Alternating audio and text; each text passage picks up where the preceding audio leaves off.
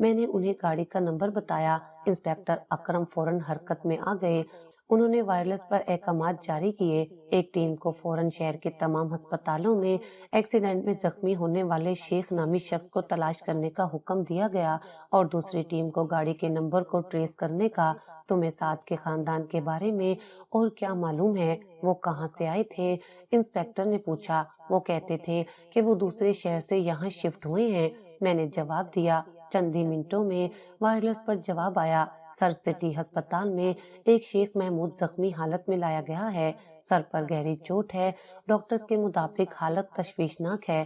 اسے اپنی تحویل میں لے لو۔ انسپیکٹر نے حکم دیا اور اس کا ریکارڈ چیک کرو۔ تھوڑی ہی دیر میں دوسری ٹیم کا پیغام آیا۔ سر گاڑی شہر سے باہر جانے والی موٹل کے پارکنگ میں کھڑی پائی گئی ہے۔ گڈ، پوری ٹیم کے ساتھ اس ہوٹل کو گھیر لو۔ وہ لوگ شہر چھوڑنے کی تیاری میں ہوں گے۔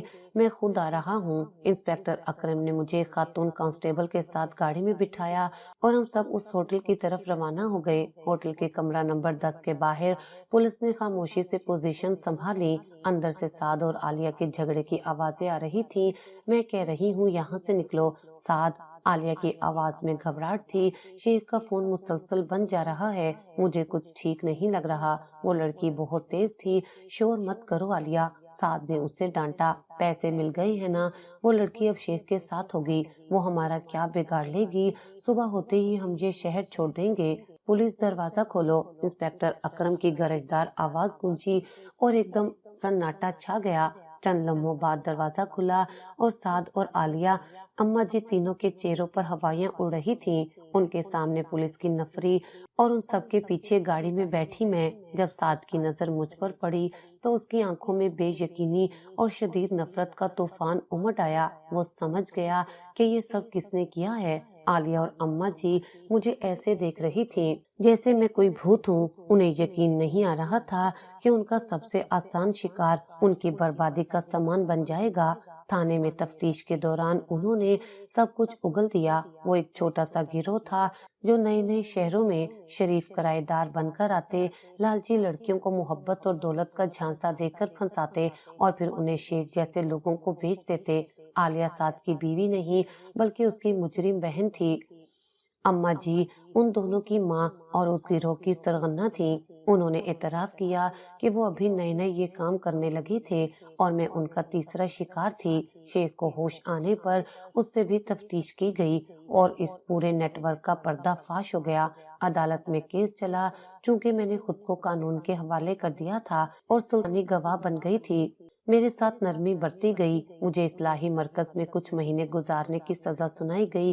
سعد، عالیہ، اماں جی اور شیخ کو انسانی سمگلنگ کے جرم میں عمر قید کی سزا سنائی گئی تھی۔ کئی مہینوں بعد جب میں اصلاحی مرکز سے باہر نکلی تو مجھے لینے کے لیے میرا پورا خاندان موجود تھا۔ ابا، آمنہ باجی اور میری باقی بہنیں۔ میں دوڑ کر آمنہ باجی کے گلے لگ گئی اور پھوٹ پھوٹ کر رو پڑی۔ باجی، آپ ٹھیک کہتی تھیں، میں نے اپنے ہی ہاتھوں سے اپنی زندگی برباد کر لی، مجھے معاف کر دیں۔ آمنہ باجی نے مجھے اپنے ساتھ کھینچ لیا۔ جو ہوا سو ہوا، اللہ کا شکر ہے تم زندہ اور محفوظ واپس آ گئیں۔ اب ہم ایک نئی شروعات کریں گے۔ آج میں اپنی بہنوں کے ساتھ ایک چھوٹی سی دکان چلاتی ہوں۔ میں نے اپنی زندگی کی سب سے بڑی دولت یعنی اپنے خاندان کی محبت اور عزت کو تقریباً کھو دیا تھا۔ میں نے اپنی زندگی کی اس کہانی سے سیکھ لیا تھا کہ دولت کی چمک آنکھوں کو اندھا کر دیتی ہے اور جو بیٹیاں اپنے ماں باپ سے دغا کر کے اپنی ضد اور لالچ کے پیچھے بھاگتی ہیں وہ ہمیشہ خسارے میں ہی رہتی ہیں۔ وہ منہ کے بل گرتی ہیں اور بعض اوقات اٹھنے کے لیے کوئی سہارا بھی باقی نہیں رہتا۔